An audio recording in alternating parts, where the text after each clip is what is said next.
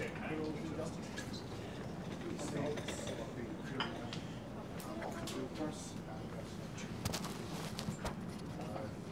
chest veteran we need in the hideout, all that experience and that calmness, but also really good tough shoulders. So we're excited for him. What was the process in terms of selecting him over? Dalton? Dalton's got a bit of a thumb injury. Ruled him out, but he's not much in it. Dalton played really well, but we just thought that was the best for this test, and the combinations. Obviously, Ethan's in great form, and we've got Ari Severe, so it's a good balanced loose full trio. Scott, how important is the experienced players this weekend? How important are they going to be? With Ellis Park, how hostile that's going to be. These players stepping up. Yeah, it's the iconic field, the ground, the whole experience. You want to have experienced it before, as many players as you possibly can, because it's going to help you in those times of need. There's going to be some tough moments out there, as we know, and their composure and the tone of voice and the next action word that's required, that they'll deliver it, but also deliver themselves, and they know what it takes. And at halfback, how tempted were you for maybe Cortez ahead of TJ, or are you pretty settled with TJ? We're finding the combination with TJ starting and Cortez coming on, it's a really good balance for us. Doesn't mean it's always going to be that way, but we were trying to keep combinations together, so TJ's passing to DMAC and keep combinations as much as we possibly can. That's part of the reason here. Same question, Ari, Rico and Anton. Yeah. Look, Rico's been around a long period of time, and he's taken on the feedback that's required to be a starting All Black, and we're seeing it. We're seeing enough of it, but small margins and all this. I've told it to the boys, so I can tell it to you. How tough this team's to pick, and it's great for me and us as coaching group. What have you made of the Springboks changing their lineup this week? Changing again, have they? Another one? Or? Bring in player Even Smith, originally not naming him. Okay. Look, obviously they've had a medical check and it's gone better than expected or planned, and he's got a great play. You'll take every opportunity for him to get on the field if you could, and they have. So. Sam Penny coming off the bench, I think he's only had 20 minutes, half an hour for Waikato since that July series. Yeah. What do you need to see from him in terms of impact? I think it's a great opportunity for him, with his physicality, his speed, his ball skills. He can play 6 or 8, so along the way you've got to give guys opportunities. Now it's his.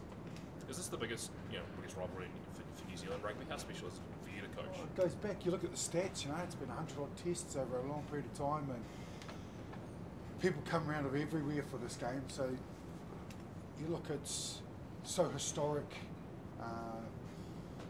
Every game's got something special on it, and if you're just walking around here in Joburg, everyone's a fan. There's a lot of selfies going on, and hey coach, and they sort of remember the Crusader days coming over here, but they critical for them as the All Blacks, and just the respect for both teams that have each other, but this is their moment.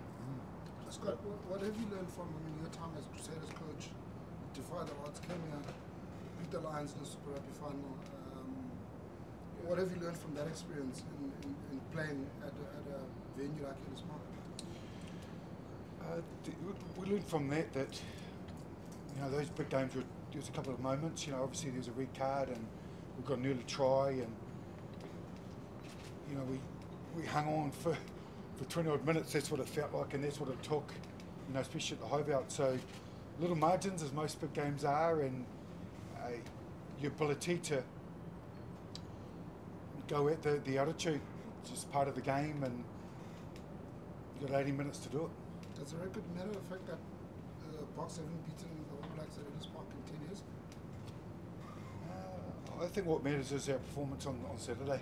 That looks after the record. Scott, what was your biggest consideration in selecting the team? Biggest consideration? Yeah.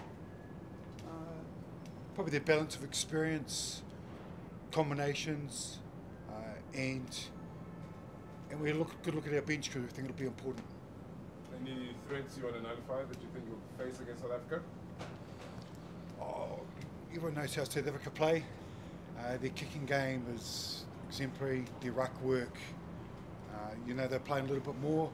Got a bit of Tony Brown magic in there. They can play around you if they need to. So, oh look, we're well aware of all their strengths, but it's probably the physicality that always comes with any Springbok team. Scott, the Springboks do things a bit differently, naming their team on a Tuesday. Does that affect your team selection at all throughout the week? No, we name our team on Tuesday. We just don't tell anyone on Tuesday. It's just the way they do it. I like it. It's a little bit different. Just on Tony Brown, you mentioned before, what do you make him as a coach, and is this someone you've had a bit of history with as a player and teammate? Yeah, played 20s with him, New Zealand Colts with him. Tough, brutally tough. Great mind, good rugby man, and he's put a little bit of his magic touch to the Springboks. So you've seen a concerted change in the Springboks? Yeah, we've seen their game evolve, and like to see how they play, how they use their forwards. So yeah, just little add-ons for them, and they're doing it well. Scott, you spoke about the small minute margins and stuff. What aspects of the game, without giving state secrets away, what aspects of the game do you think is going to turn it on Saturday?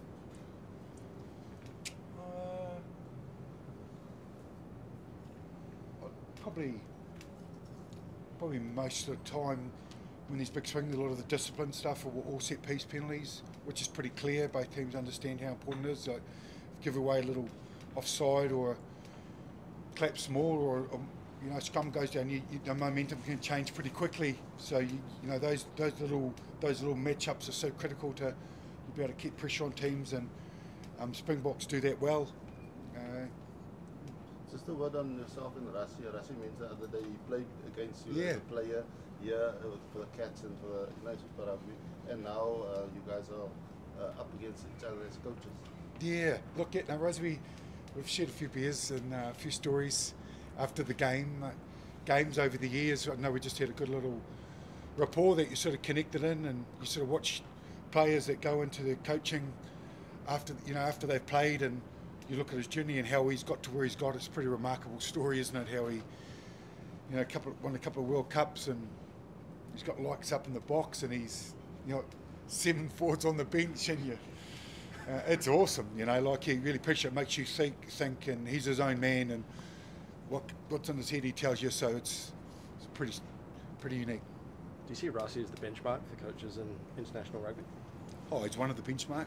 Yeah, for sure. Oh, look, you have all that success, you've got to respect that. Rassie can't break dance. Rassie can't? Ooh, that's a good point. Yeah, we'll have to see what rhythm he's got at some stage. Yeah. Scott, have you guys, the senior players, have they spoken about last year's World Cup final and what learnings they've taken from that, and how you actually play Springboks?